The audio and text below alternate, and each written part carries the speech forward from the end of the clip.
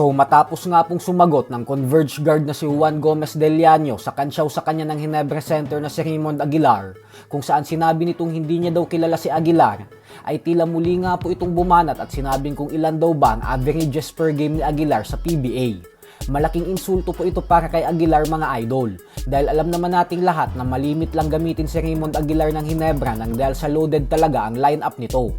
At syempre kilala ng lahat si Tim Cone sa kanyang 8-man rotation, kaya madalas ay may mga nababangko talaga sa lineup niya at isa na dun si Aguilar. Pero ganun pa man ay dahil sa mga sunod-sunod na patutsyadang mga ito ni Juan Gomez Del Llano ay patunay lamang po ito na alam niya yung ginawa ni Aguilar at na hindi talaga siya natutuwa dito. Samantala, wala na pong pakialam si Tim Cone sa mga usaping yan dahil nakatuon na ang kanyang atensyon ngayon sa nalalapit na semi-final showdown series kontra sa San Miguel Beermen, kung saan hindi na nagpahinga ang kanyang kupunan sa mga nagdaang holidays dahil mas pinili na lang nilang mag-ensayo at paghandaan ng San Miguel. Ayon kay Tim Cone ay pamilyar na daw sila sa SMB at ganun din naman daw ang SMB sa kanila.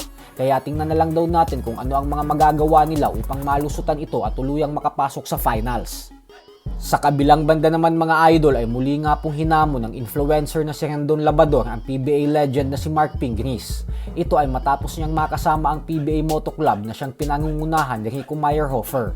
Bukod nga po kay Pingris, ay sinabi din ni Rendon na kung may pagkakataon umano ay gusto niya din maka one-on-one ang former 2-time PBA MVP na si Danny Ildefonso. Kasi ito daw talaga yung iniidolo niya dati. Pero kay Pingris daw talaga siya nag-iinit kaya sana daw ay pumalag na ito sa kanya. Hamon na rin daw na sabihin lang daw sa kanya ni Pingris kung kailan at saan at pangako niya daw na dadating talaga siya. Nasaan na ba si Pingris? Ilabas nyo si Pingris! Hinahanap kita! Ang malupit talaga doon, nakita ko si Ildefonso.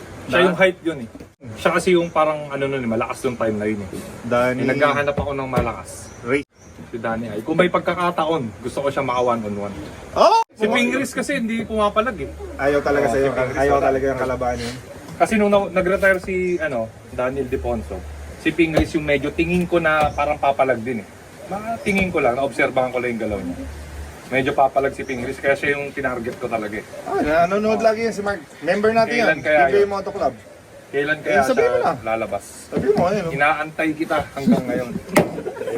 Sabihin mo kung saan at kailan darating ako. Trending na naman to. Trending na naman. Hindi na, di ba pag Pingris, nag-iiba yung tono ko eh. Oo. Kanina, Kanina, Oh, easy. baso namin. Huwag mo sirahin yung baso namin.